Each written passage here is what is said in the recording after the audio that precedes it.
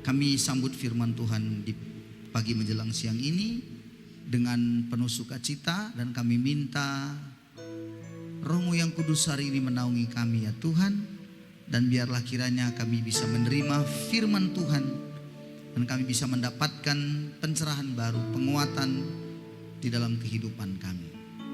Terpujilah nama-Mu, kami sambut firman Allah hari ini. Berkati hamba-Mu, dan Engkau hari ini memberkati semua kami. Dalam nama Yesus kami berdoa. Amin. Amin. Shalom. Haleluya. Saudara-saudara, kita belajar lagi pada hari ini, dan saya percaya sekali kita datang tidak akan sia-sia karena Tuhan hadir bersama kita. Amin. Amin ya saudaraku. Hari ini saya rindu membagikan kepada saudara tentang sebuah topik yang sebenarnya topik ini menjadi penguatan bagi kita dalam bulan Juli ini yang terakhir, minggu yang terakhir hari ini, bahwa sama seperti yang saya sampaikan dan kita belajar sama-sama bahwa keyakinan yang kokoh akan Injil itu harus ada pada kita. Keyakinan yang kokoh akan Injil itu harus melekat betul-betul keyakinan itu pada kita. Sebab menurut Roma 1 ayat 16 mengatakan bahwa keyakinan yang kokoh akan Injil itu menyelamatkan. Injil itu menyelamatkan baik orang Yahudi maupun orang Yunani. Jadi setiap orang yang percaya keyakinannya kokoh akan Injil itu, dia diselamatkan. Luar biasa saudara-saudara. Dan apa itu Injil? Markus 1 ayat 1 sudah berkata bahwa permulaan Injil, inilah permulaan Injil, yakni tentang Yesus Kristus anak Allah. Jadi Injil itu berbicara tentang Yesus Kristus anak Allah. Dan hari ini saya juga berbicara tentang itu, tapi dengan satu topik judulnya lunas dibayar. Lunas dibayar. Saya bertanya pada saudara, kalau Anda punya utang, lalu utang Anda dilunasi, ada yang melunasi utang Anda senang atau tidak? Halo? Senangkah? Senang. Tapi maaf ya saudara, banyak orang Kristen hari ini sudah dilunasi utangnya, tidak dia gembira. Mukanya itu bersungut-sungut, dan mukanya seperti kena orang yang kena simalapari lagi. Bengkok sebelah. Coba lihat dulu kiri kanan Anda, coba lihat dulu kiri kanan Anda, mukanya coba lihat dulu. Walaupun dia pakai masker begitu, coba lihat dulu. Bagaimana kira-kira?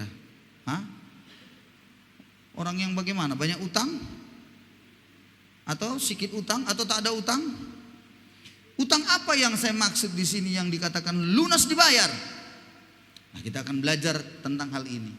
Siapkan Alkitab saudara, siapkan catatan saudara, pulpen saudara, karena banyak ayat yang harus kita baca. Saudara-saudaraku, kalau kita membaca hari ini tentang doa Bapa kami, di dalam doa Bapa kami tertera. Coba doa Bapa kami apa? Doa Bapa kami Matius 6. Matius 6 itu bicara tentang doa Bapa kami yang diajarkan Yesus.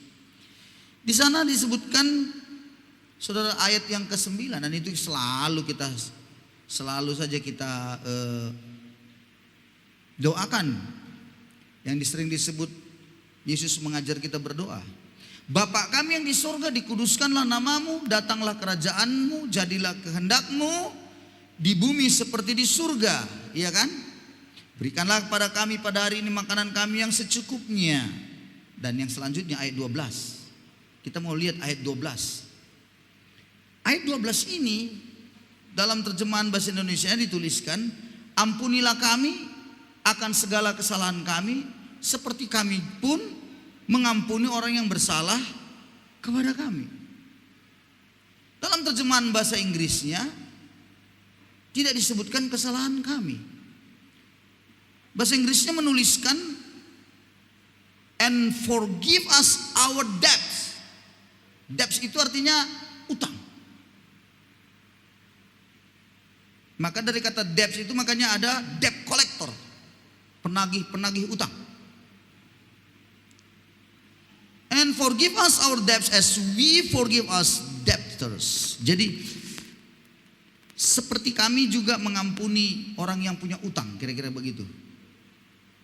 Nah saudara-saudara, kesalahan itu utang, dosa itu utang. Jadi kita punya utang sebenarnya, namanya utang dosa. Kalau sebulan yang lalu kita belajar utang memberitakan Injil. Nah kalau sekarang utang dosa. Roma pasal 7 berkata, ayat yang ke-14. Silakan lihat lagi ayatnya, Roma pasal 7 ayat ke-14. Sebab kita tahu bahwa hukum Taurat adalah rohani, tetapi aku bersifat daging, terjual di bawah kuasa dosa. Terjual di bawah kuasa dosa. Paulus berkata, aku ini daging terjual di bawah kuasa dosa. Jadi terjual di bawah kuasa dosa itu bagaimana? Ayat 15 membuktikannya. Orang yang terjual kepada kuasa dosa bilang begini, sebab apa yang aku perbuat aku tidak tahu, karena bukan apa yang aku kehendaki yang aku perbuat, tapi apa yang aku benci itulah yang aku perbuat. Coba perhatikan baik-baik. Yang tidak ku kehendaki, dia tahu katanya itu baik. Dia tahu bahwa itu salah. Dia tidak kehendaki yang dibuat salah, tapi itulah yang dilakukannya. Bukankah kita suka gitu? Udah tahu mencuri itu salah, tapi itu juga kita lakukan. Itulah terjual kepada hukum dosa. Terjual kepada kuasa dosa itu. Yang tidak mau kita lakukan, itu yang kita lakukan. Saya tahu menipu itu salah. Saya tahu bahwa mencuri itu dosa. Tetapi yang saya lakukan, saya mencuri. Kenapa? Karena sudah terjual kepada kuasa dosa itu. Jadi yang dilakukan selalu adalah dosa. Dan itu berarti utang dosa itu, kuasa dosa itu harus diselesaikan. Harus diselesaikan. Kalau tidak, Anda akan terus-menerus melakukan dosa itu. Dan menurut kitab Kejadian berkata pada pasal 2 ayat 16, waktu manusia diberikan Tuhan perintah dan larangannya, salah satu di dalam Kejadian 2 ayat 16 itu dibilang, semua buah pohon dalam taman ini boleh kau makan, kecuali buah pohon pengetahuan baik dan jahat jangan kau makan. Kalau kau makan, maka pastilah, ada kata pastilah kau akan mati. Pastilah kau mati. Enggak ada sebuah mudah-mudahan mati atau kayaknya nanti hampir-hampir mati, enggak, pastilah. Maka dengar baik, kalau Injil adalah sebuah kepastian akan keselamatan, maka berdosa adalah kepastian akan kematian. Tidak ada tidak. Dan dosa, jangan Anda pikir dosa itu Anda ukur-ukur, yang kecil, sedang, besar. Enggak ada itu. Di dalam Roma 6 ayat 23 berkata, upah dosa adalah maut. Perhatikan saya baik-baik. Upah dosa adalah maut. Bukan dibilang dosa-dosa. Jadi artinya satu saja dosa yang Anda lakukan, maut. Tidak ada ceritanya. Jadi kalau ada orang bilang begini, oh kita bisa menyelesaikan dosa kita dengan berbuat baik, Pak. Coba berbuat baik, kita berbuat, pasti lepas dosa kita. Bohong itu. Satu dosa sanggup mengantarkan kau masuk neraka. Satu dosa saja. Jangan bilang berbuat baik itu bisa menyelesaikan dosa. Enggak. Contoh, Anda naik sepeda motor tidak pakai helm, terus tidak bawa SIM. STNK ada di jok sepeda motor Anda. Polisi melakukan razia dan prit, Anda diberhentikan. Kenapa tidak pakai helm? Mana SIM Anda? Tidak ada. STNK ini Pak, SIM tidak ada. Maka apa yang terjadi? Anda ditilang. Ditilang dengan surat tilang, dan di situ tertera minggu depan Anda harus masuk ke sidang pengadilan. Anda harus disidang di situ. Nanti Anda akan bayar denda, lalu kemudian Anda akan menerima kembali STNK Anda itu. Harus masuk dulu sidang. Menunggu 1 minggu, Anda bilang begini, aku kan sudah bersalah. Udahlah, dalam 1 minggu ini aku berbuat baik. Maka dalam 1 minggu itu Anda pergi kemana? Anda pergi ke rumah orang miskin, Anda tolongin, Anda kasih beras. Ada panti asuhan, Anda tolongin. Di rumah Anda tiba-tiba Anda menjadi anak atau orang yang sangat rajin. Cuci piring, ngepel semua, rumah semua dibersihkan. Tempat tidur semuanya, luar biasa. Semua yang namanya ada sarang-sarang laba-laba, semua dibersihkan rumah itu. Singkat cerita, seminggu kemudian Anda akan menuju pengadilan. Dan Anda disidang. Hakimnya bilang, Anda sudah melakukan kesalahan karena melanggar lalu lintas. Iya Pak Hakim. Anda sudah ditilang. Iya Pak Hakim, saya semua salah. Maka oleh karena itu Anda harus melakukan hari ini. Tapi sebelum Pak Hakim menjatuhkan sebuah keputusan, Anda bilang, sebentar dulu Pak Hakim, memang saya sudah salah. Saya memang sudah tidak bawa helm, dan ya saya SIM tidak bawa. Saya salah Pak Hakim. Tapi Pak Hakim, dalam 1 minggu ini sudah kukasih anak yatim, sudah kutolong-tolong orang, sudah kubersihkan semua rumahku, tidak ada lagi sarang laba-laba, sarang tawon pun tidak ada lagi, sarang nyamuk tidak ada lagi, semua udah bersih. Kira-kira apakah Pak Hakim bilang, oh kalau gitu ya udah kau dibebaskan? Begitu? Nggak bisa. Dosa adalah dosa, Anda harus menerima penghukuman. Jadi bohong yang mengatakan dosa itu bisa diselesaikan dengan berbuat baik. Anda berbuat baik saja, artinya gini, Anda berdosa terus Anda tidak melakukan dosa saja pun tidak menyelesaikan masalah Anda. Jangan bilang menyelesaikan, tidak menyelesaikan. Anda mencuri terus Anda bilang tidak mencuri lagi aku. Nggak bisa menyelesaikan mencurian. Anda harus selesaikan itu, nggak bisa tenang-tenang. Satu dosa tidak bisa diselesaikan dengan tidak melakukan dosa itu lagi. Tidak bisa. Anda harus tahu ini. Itu sebabnya Anda sudah terjual kepada kuasa dosa sebenarnya. Kuasa dosa itu mengerikan, mengikat Anda dan Anda dipenjara di situ. Terpenjara jadi tawanan kuasa kegelapan. Saudara-saudaraku, itu sebabnya utang dosa itu harus dibayar. Harus dilunasi. Bagaimana cara melunasinya? Kalau memang tidak bisa dengan berbuat baik. Di dalam Kejadian 2 ayat 16 tadi sudah berkata bahwa kalau engkau makan buah itu, mati kau pasti mati. Lalu upah dosa adalah maut. Maka apa yang harus terjadi? Ternyata menyelesaikan dosa adalah maut, kematian harus terjadi. Kalau tidak ada kematian, tidak selesai dosa itu. Jadi saudara dan saya, kematian yang kita selalu sebut beberapa minggu ini adalah harus ada pertumpahan darah. Itulah kematian, darah harus tertumpah. Menyelesaikan semua itu, hutang dosa itu diselesaikan dengan nyawa. Tidak bisa tidak, karena ada kematian di situ, ada maut di situ. Harus diselesaikan dengan nyawa. Maka oleh karena itu, nyawa siapakah yang harus bisa menyelesaikan itu? Apakah nyawa orang berdosa? Tidak bisa. Karena orang berdosa, bagaimana dia bisa menyelesaikan? Dia pun punya utang dosa, belum selesai juga, belum lunas juga. Tapi tiba-tiba dia sok-sok pula mau melunasi utang dosa orang lain. Gak mungkin, itu mustahil. Maka apa yang dilakukan? Yesuslah yang menyelesaikan itu dengan nyawanya. 1 Korintus 6 ayat 20. 1 Korintus 6 ayat 20. Dikatakan, sebab kamu telah dibeli dan harganya lunas dibayar. Wis, luar biasa.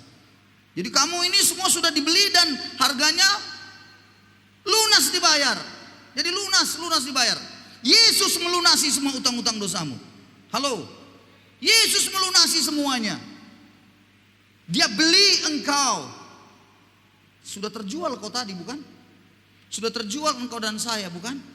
Terjual kepada kuasa dosa itu, bukan? Tapi dibeli Tuhan lagi. Diselesaikannya semua utang-utangmu itu. Dibelinya engkau dengan harga yang lunas. Jadi jangan lupa, iblis seringkali mengatakan kepada kita bahwa engkau belum lunas utangmu. Iblis selalu mengatakan kepada kita, lihat dosamu 5 tahun lagi, bukan? 5 tahun yang lalu, bukan? 10 tahun yang lalu, bukan? Mana mungkin kau diampuni Tuhan? Mana bisa? Tengoklah gayamu begitu. Tidak mungkin kau bisa diampuni Tuhan. Iblis selalu mengatakan itu kepada saudara. Dan akhirnya kita mengiyakan seolah-olah kita berkata juga bahwa iya ya, banyak utang-utangku belum selesai. Ingat yang saya maksud ini utang dosa ya. Haleluya, amin. Jangan pula keluar dari sini Anda bilang, oh puji Tuhan, Yesus telah melunasi utang-utangku. Utang uang itu bayar. Coba bilang dulu kiri kanannya, utang uang bayar. Jangan salah pula lagi nanti. Coba bilang kiri kanannya, utang uang, kalau kau punya utang uang bayar. Nah, amin ya. Utang dosa lunas. 2, 3 ya. Lunas dibayar. Wah, Yesus sudah lunasi. Tapi utangmu di kedai itu bayar itu. Bayar utangmu di kedai. Itu yang 1 kilo gula yang belum kau bayar besok. Lunas dibayar, itu artinya kita ini merdeka, bebas. Karena tidak lagi di bawah penghambaan dosa. Wow, luar biasa. 1 Petrus 1 ayat 18-19 seperti selalu ayat hafalan kita berkata, sebab kamu tahu bahwa kamu telah ditebus. Kata ditebus, ya kan? Ditebus itu kan berarti kan dibayar, ya kan? Dibayar, ditebus dari cara hidupmu yang sia-sia, yang diwariskan oleh nenek moyangmu, ya kan? Bukan dengan barang fana, bukan pula dengan emas dan perak, tapi dengan darah Kristus yang mahal. Wow, darah Yesus yang mahal. Jadi lunas dibayar. Sekali lagi, lunas dibayar. Jadi Anda tidak perlu stres karena lunas dibayar oleh Tuhan. Haleluya, amin. Nah, kalau orang yang sudah lunas dibayar utangnya, bagaimana dia? Bergembira atau tidak? Sekali lagi, bergembira atau tidak? Bergembira. Tapi ada orang yang sudah lunas dibayar oleh Tuhan di kayu salib, diselesaikannya semua utang kita. Tapi ada orang yang enggak bisa gembira-gembira, selalu mukanya. Bahasa orang Inggrisnya bilang mutung. Tahu mutung? Tosongonon mutung. Begitulah orang mutung. Mukanya selalu aja. Enggak pernah kita lihat mukanya itu gembira, semangat. Muji Tuhan pun, aduh, sampai pemimpin pujian sampai capek. Mari saudara kita memuji Tuhan. Ya Tuhan, sepertinya masalahnya yang paling banyak di dunia ini. Seluruh kota Gunung Stoli ini dipikirkannya. Mukanya kayak gitu. Nagule. Kurasa kalau udah kayak gitu manusianya udahlah, cepat ajalah berdoa dipanggil Tuhan, biar selesai. Karena sesungguhnya lunas dibayar, Anda bergembira. Yes, dosaku sudah selesai ditanggung Tuhan. Maka ketika Anda memuji Tuhan, Anda bergembira. Haleluya, aku sudah ditebus. Wais. Jadi kalau berdoa juga semangat. Terima kasih Tuhan. Jadi kalau Anda yang sudah ditebus, Anda bersuka cita. Terima kasih. Engkau saja mau mati untuk aku Tuhan. Menyelesaikan utang-utang dosaku yang begitu banyak itu, yang membuat aku akan mati dan maut menanti aku. Kau itu saja berikan nyawamu. Apalagilah masalahku yang seperti ini Tuhan. Oh Tuhan, pasti kau akan tolong saya. Nyawamu saja kau berikan sama aku Tuhan, apalah masalah jodoh. Kecil lah Tuhan. Aku percaya stokmu banyak Tuhan. Karena begitu banyak stokmu Tuhan, pertemukan aku satu saja. Pokoknya aku menyerahkan hidupku Tuhan. Entah orang Afrika, entah orang Amerika, entah orang Meksiko. Pokoknya aku serahkan hidupku Tuhan. Kalau kayak gitu luar biasa hidup Anda.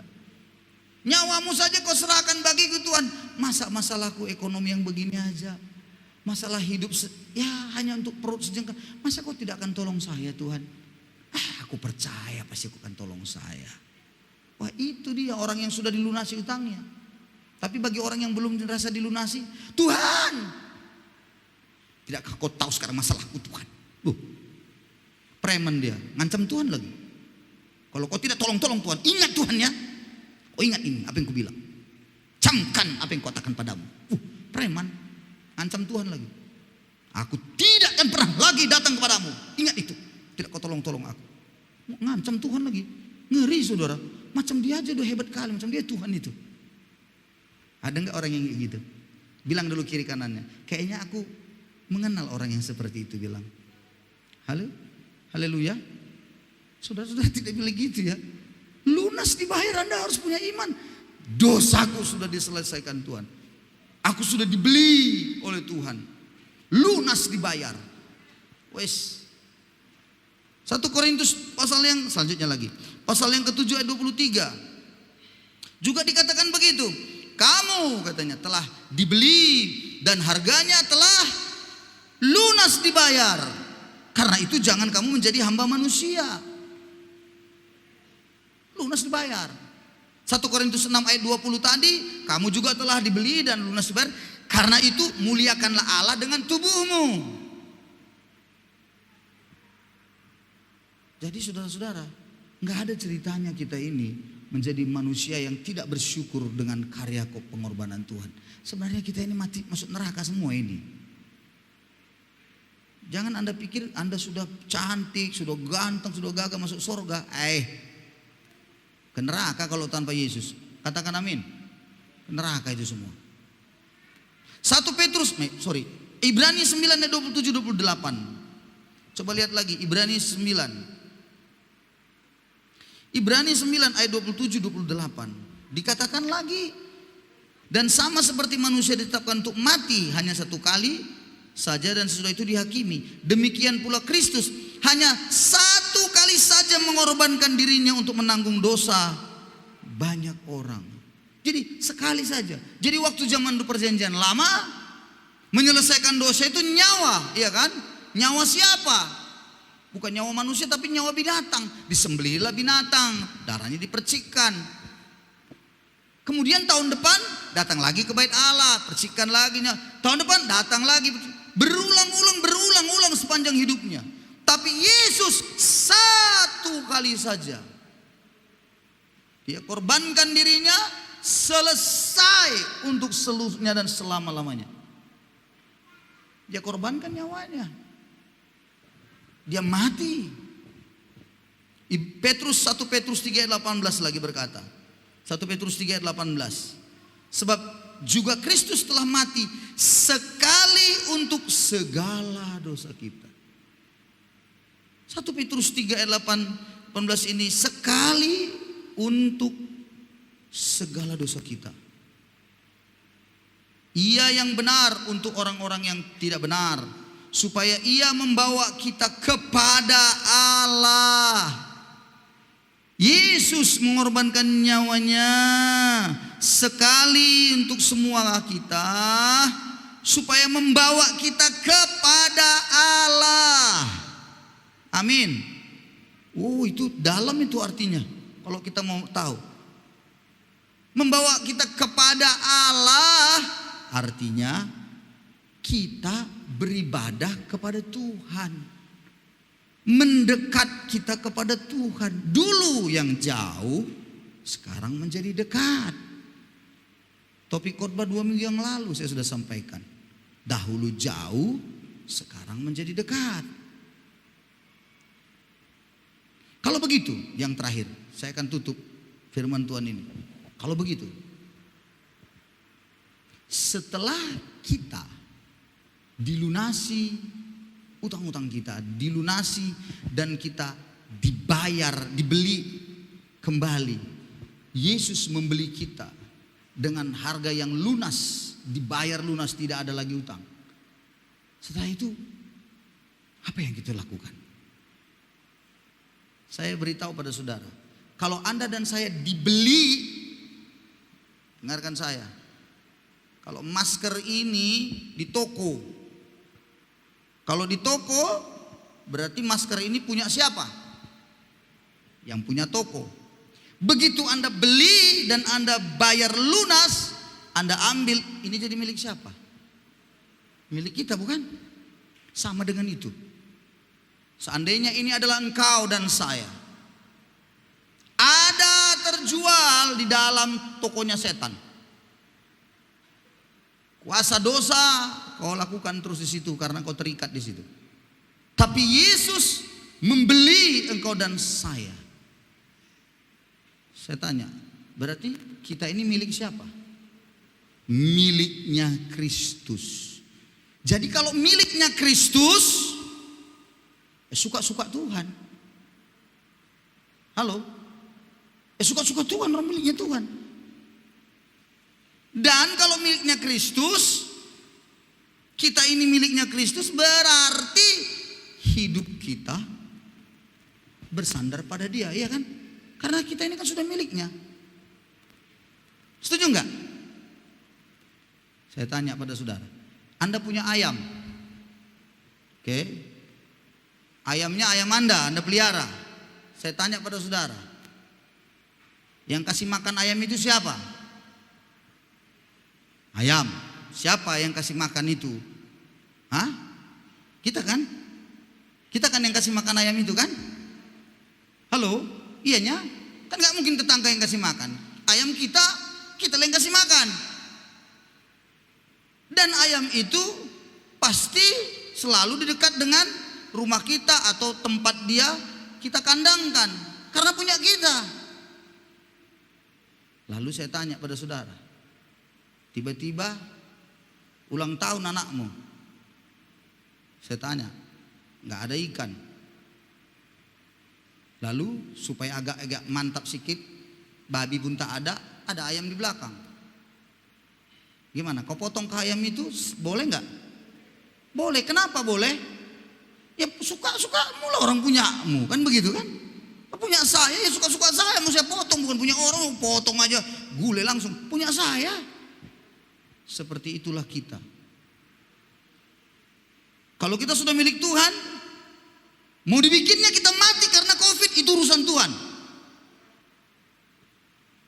Jangan kau bilang, kenapa begitu Tuhan? Kejam kali kau. Kalau engkau sudah punya Tuhan, itu urusan Tuhan. Mati engkau disambar pesawat, dar mati. Itu urusan Tuhan. Karena engkau milik Tuhan, mau diapainnya suka-sukanya.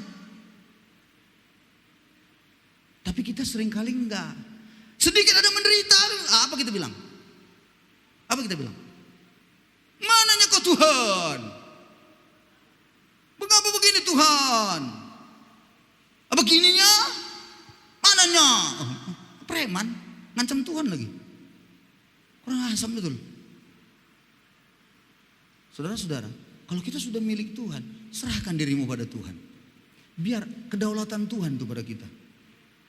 Yang pasti kita hanya berdoa dan meminta. Setuju? Amin saudaraku. Mohon belas kasih-Mu Tuhan. Siapa di sini yang punya dagangan, yang punya bisnis, yang punya pekerjaan apa saja misalnya, serahkan ke Tuhan. Saudara-saudara, saya mau kasih tahu, terus terang, ini agak sedikit melenceng, tapi aku kasih tahu ini. Kemarin aja saya ngomong sama Ibu Ina Belvi. Kami ini sesama peternak lele. Anda tahu harga lele jatuh semua dan harganya turun. Lalu kami bingung bagaimana apakannya. Lalu berdoa pada Tuhan kayaknya nggak ada juga yang selesai. Nggak beli Tuhan. Berdoa terus kayaknya hanya lalat dan kucing yang datang. Kucing memakan, lalat melihat-lihat. Itu aja kira-kira. Kalau ada yang mati dikasih sama kucing begitu. Saya tanya pada saudara, apakah itu akhirnya kita mengeluh lalu ngamuk? Saya cuma bilang sama Tuhan, kau lihat Tuhan ya, nih, kau lihat Tuhan, tidak laku semua, masih ada 1000 ekor lagi. Ya, kuserahkan aja samamu Tuhan, terserahmu lah. Pokoknya udah besar kali, tak kasih makan, biar di situ Tuhan. Pokoknya Tuhan, aku hanya percaya pasti kau pelihara aku, bukan dari lele ini saja. Harusnya seperti itu kita hidup. Yakin Tuhan kau pasti punya rencana yang indah dalam hidupku. Yakin Tuhan dalam semua persoalan yang kuhadapi, aku percaya ada maksudmu yang indah. Itulah dia. Saya hampir 3 hari ini perut saya nggak benar. Tadi itu juga seperti itu udah saya rasa. Mah kayaknya nggak tahu, tapi kayaknya aku makanku aman sih ya. Tapi kayaknya gas. Wah sakitnya, nyucuk deh. Diurutlah semalam lagi, udah diurut saya hari Kamis, diurut lagi semalam sama istri. Ternyata urutan istri mengurut itu luar biasa. Dikusut istri itu lebih bagus lah begitu. Walaupun dia dengan ngomel-ngomel, ini aja kok makanya pakailah baju, pakai. Kenapa nggak kodak sudah kebaan, tapi diurut dikusut juga. Haleluya. Makanya aku bilang kalau kau pergi naik kereta, pakai jaketmu. Jaket dipakai, jangan hanya di depan saja katanya. Tapi diurutnya juga semua, dikusutnya semua, dia hajar semuanya. Akhirnya malam tadi saya tidur tenang, bangun saya agak nyenyak, saya agak lumayan. Semalam saya telepon Pak Dokter Hotman. Pak Dokter, apa ini obatnya lagi nih kalau memang ada obat? Semua. Tapi saya mau tanya, apakah itu akhirnya membuat saya tidak melayani Tuhan? Aku bilang sama Tuhan, Tuhan jangan kau lupa Tuhan ya. Besok aku melayani, aku 4 sesi aku besok. Kalau nggak sembuh ingat Tuhan, bukan aku yang salah, kau yang salah Tuhan ya. Pokoknya aku besok melayani. Kau sanggupkan aku, kau mampukan aku nih Tuhan. Sebelum saya berangkat tadi kami berangkat, anak saya si Misael nggak gereja hari ini. Kenapa? Muntah-muntah, masuk angin, diurut sedikit, muntah-muntah. Saudara-saudaraku, apakah semua gara-gara masalah itu terus kita salahkan Tuhan? Hah? Asal sedikit ada apa sih salahkan Tuhan? Begitu. Sedikit apa sih salahkan Tuhan? Mananya kok Tuhan? Mananya kok Tuhan? Suka-suka Tuhan. Mau ditolongnya kita, tidak ditolongnya, urusan dia itu. Kenapa? Karena kita sudah miliknya. Sama dengan ayam kita tadi, mau kita apakan, mau kita sepak, mau kita tunjang, mau kita potong, suka-suka kita itu. Karena itu punya kita. Jadi Tuhan juga seperti itu harusnya kita taruh dalam diri kita. Makanya ada yang bilang suka-sukamu Tuhan. Kan ada lagunya, betul ya? Apa lagu itu? Apa lagu itu? Coba apa lagu itu? Apa lagu itu? Coba pertamanya apalah pertamanya? Apapun yang telah kau lakukan ditebus dengan apapun yang telah kau lakukan gitu ya. Semua ku lakukan Tuhan dimuliakan. Lalu yang refnya ini yang luar biasa. Suka-sukamu Tuhan, suka-suka, nyanyinya mantap, joget lagi kan. Suka-sukamu Tuhan, suka-sukamu Tuhan. Baru ada sedikit masalah, macam mananya kok Tuhan? Suka-sukamu tuh, nyanyinya mantap, nyanyinya bagus. Kalau ada sedikit kejadian, ngomel-ngomel sama Tuhan. Saudara-saudara, itulah kita. Jahat kali kadang-kadang kita ini. Padahal kita sudah lunas dibayar, dibeli lunas oleh Tuhan. Harusnya kita bersyukur pada Tuhan, saudara-saudaraku. Amin. Jadi kalau Tuhan sudah melunasi semuanya, berarti kita miliknya Tuhan. Itu sebabnya 2 Korintus 5 ayat 15 berkata, 2 Korintus 5 ayat 15 bilang, dan Kristus telah mati untuk semua orang, supaya mereka yang hidup tidak lagi hidup untuk dirinya sendiri. Ini dia. Tapi untuk dia, untuk Tuhan yang telah mati dan telah dibangkitkan untuk kita semuanya. Jadi hidup kita untuk Tuhan. Apapun kejadian di dalam hidup ini, hidup kita untuk Tuhan. Enggak perlu disesali semuanya apapun yang terjadi. Kemarin kami menghadiri sampai ke kuburan karena orang tua daripada saudara kita Inaje dan mamanya meninggal dunia karena COVID. Hari Minggu kami masih ikut ibadah bersama di rumah mereka, saya yang khotbah, lalu makan bersama. Ternyata sudah kena COVID. Saudara-saudaraku, mungkin banyak mereka yang mungkin tidak bisa terima, bukan? Bagaimana? Kenapa begini? Tadinya maunya begini, seandainya saya. Yang anehnya dari kesaksian mereka, saya dapat sesuatu. Itulah kadang-kadang kalau orang yang sudah memang mau meninggal ya, dia tahu persis. Dia mengusulkan supaya hari Minggu yang lalu itulah betul-betul ibadah di situ di rumah mereka sore. Dia mengusulkan harus aku mengundang semua, panggil Pak Pendeta bangun. Dia yang khotbah. Anak-anak semua kumpul sama cucu-cucu. Kawan yang menarik yang saya nggak habis pikir, disuruhnya foto. Maka fotolah semuanya, foto. Ternyata itulah perpisahan yang terakhir. Itulah perjumpaan yang terakhir. Saudara-saudara nggak tahu kita bagaimana hidup. Tapi saya beritahu pada saudara, karena kita hidup kita untuk Tuhan. Biarkanlah Tuhan yang berdaulat atas hidup ini. Bukan kita yang mengatur diri kita. Bukan kita yang mengatur hidup kita. Tuhan yang mengatur. Jadi kalaupun Anda hari ini dalam hidup Anda mungkin Anda jualan dagang, untungnya tidak ada, malah kadang-kadang buntung, biarkan. Kita cuma berharap pada Tuhan, Dia pasti tolong saya, titik. Kalau belum seperti yang kita harapkan, itu kedaulatan Tuhan bagi kita. Kita hanya memohon belas kasih-Nya. Setialah di dalam Tuhan.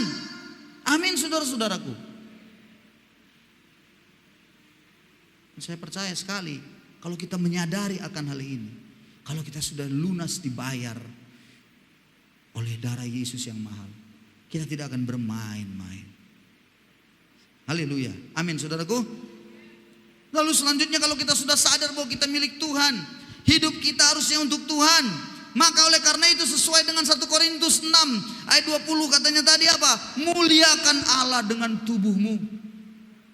1 Korintus 7 ayat 23, hendaklah kamu jangan menjadi hamba manusia lagi. 1 Petrus 3 ayat 18 tadi, biarlah kita, katanya kita dibawanya kepada Allah. Berarti kita harus makin mendekat dengan Tuhan kalau kita sudah lunas dibayar. Jadi saudara dan saya harus mulai membangun persekutuan terus dengan Tuhan. Diberikan yang namanya berkat atau apa, tidak diberikan itu urusan Tuhan. Urusan kita adalah kita mendekat saja padanya. Kita menyembah Dia dan kita menyuji Dia, kita berdoa kepadanya. Hanya itu. Karena kita ini tidak ada apa-apanya. Jangan ada seorang pun yang merasa sombong dan merasa hebat. Ada seorang yang berkata, Pak Pendeta, saya ini bisa berhasil ini. Inilah karena kerja keras saya. Oh ya, bagus ya, memang betul kerja keras lah memang kita. Itulah Pak Pendeta. Itulah memang beda dengan yang lain. Kalau saya pokoknya banting tulang, saya kerja keras makanya berhasil. Lalu saya bilang, enggak, itu semua kasih Tuhan. Bukan kasih Tuhan Pak Pendeta, karena juga kerja keras saya. Lalu saya bilang begini, oke baik, mari saya berdoa. Maksudnya Pak Pendeta, biar saya berdoa supaya Tuhan menarik kasih karunia-Nya itu padamu, sehingga tidak ada lagi kasih karunia samamu, biar kau sendiri bekerja keras saja. Mari saya mau berdoa. Bukan begitu Pak Pendeta, begitu. Enggak, biar saya doakan saja kau, biar saya doakan. Supaya jangan lagi kau bilang karena kasih karunia, karena kerja kerasmu. Ya sudah sini, biar saya doakan. Biar aku berdoa, biar aku bilang Tuhan angkat kasih karunia ini Tuhan. Supaya dia kerja kerasnya saja yang kerja. Berani bisa gitu? Nggak berani juga. Makanya jangan sombong, Anda bisa berhasil seperti apa hari ini. Semuanya karena kasih karunia-Nya. Amin. Karena Dia sudah membayar lunas dosa-dosa kita. Orang kadang-kadang nggak tahu diuntung. Yesus sudah menyelesaikan semua. Dia tidak bersyukur dan berterima kasih. Dia pikir dengan hebatnya. Tidak ada, saudara. Maka oleh karena itu hari ini kalau kita sudah tahu bahwa kita lunas dibayar, mari kita datang kepada Tuhan dengan berkata, terima kasih Tuhan. Dan mulai dalam menjalani hidup, gunakan tubuh kita memuliakan Tuhan. Jangan kita menjadi hamba manusia. Tahu menjadi hamba manusia maksudnya? Jangan ukuran kita adalah ukuran manusia. Jangan semuanya kita lihat adalah apa yang orang lain punya. Itu berarti hamba manusia kita. Jangan suka kita membandingkan apa yang kita punya dengan orang lain punya. Bandingkanlah dirimu yang dulu berdosa neraka sebenarnya, tapi sekarang sudah lunas dibayarnya. Sehingga kita bersyukur selalu. Ingat baik-baik, semuanya tinggalnya di dunia ini. Apa yang tidak tinggal? Semua tinggal. Uangmu apa? Semua tinggal. Harta, mobil, rumah tinggal semua. Kalau teman-teman yang di agama seberang bilang begini, ada seorang ustadznya bilang begini, ibu-ibu, ingat ibu-ibu yang punya emas, cincin kawin, giwang semuanya, sedekahkanlah itu kepada fakir miskin ibu-ibu. Ya, ibu-ibu mau cepat masuk surga, dibilang begitu aja, sedekahkan. Ketawa semua ibu-ibu. Kalau dengar, kalau kau tidak menyedekahkannya kepada orang miskin, nanti itu digunakan untuk apa itu? Ada yang jawab, untuk anak-anak Pak. Bukan. Itu akan digunakan suamimu kawin lagi. Semua pada ketawa semua. Iya. Jadi sedekahkanlah. Berikan supaya ada nanti 1 tetes 2 tetes nanti di surga itu pahala samamu. Saya tanya pada saudara. Di satu sisi memberi seperti itu benar ada pahalanya, tapi kalau tidak di dalam Kristus, bisakah gara-gara itu masuk surga? Halo, dalam iman kita, bisakah gara-gara itu masuk surga? Tak bisa. Itu yang minggu lalu saya bilang hamartia, sia-sia semuanya. Apa yang kau lakukan sia-sia tanpa Kristus. Sudah kau buat baik, sudah apapun sia-sia semua, tidak ada gunanya. Saudara-saudaraku, tidak ada artinya hidup ini. Aku kasih tahu. Jadi sebaiknya sadarilah bahwa karena Yesus semua kita bisa ada. Amin saudaraku. Amin. Kalau engkau punya rumah hari ini, bersyukurlah. Ternyata kenapa kau bisa punya rumah? Jawaban pertama, karena kau sudah lunas dibayar. Oh, darah Yesus sudah mengalir, lunas dibayar, sehingga aku mendekat padanya, aku bermohon padanya, aku diberkatinya. Semua karena anugerahnya. Amin saudaraku. Mari hari ini saya tutup hari ini kebenaran ini pada kita. Jadi berbuatlah yang terbaik selalu juga.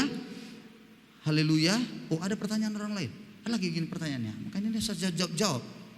Pak Pendeta, berarti kita tidak perlu berbuat baik menurut Pak Pendeta seperti itu. Wah, saya bilang udah salah ini, bukan berarti tidak perlu berbuat baik. Pertanyaannya adalah berbuat baik itu untuk apa? Kalau berbuat baik untuk masuk surga, tidak akan pernah bisa. Jadi bagaimana Pak? Tidak perlu kita berbuat baik. Justru orang yang sudah menjadi milik Kristus, justru orang yang sudah lunas dibayar utang dosanya semua oleh Kristus, dia pasti akan melakukan perbuatan baik. Jadi perbuatan baik yang kita lakukan itu adalah bukti bahwa kita sudah milik Kristus. Bukti bahwa kita sudah diselamatkan. Maka kita melakukan perbuatan baik itu. Pada akhirnya perbuatan baikmu juga, kata Alkitab, akan menyertai engkau. Dalam kitab Wahyu berkata, berbahagialah sungguh orang yang matinya dalam Tuhan, kata Roh. Iya kan? Bahwa apa katanya? Dia beristirahat dari jerih lelahnya, dan perbuatan-perbuatan baik menyertai dia. Jadi dua nanti yang ada menyertai kita kalau mati. Satu, famati, iman percaya kita, itu dulu yang pertama. Lalu perbuatan baik kita itu akan menyertai kita. Bukan perbuatan baik nomor satu, bukan.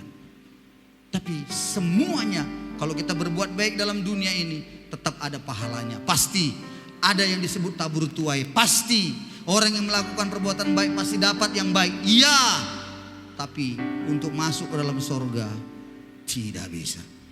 Hanya melalui Yesus Tuhan kita. Haleluya.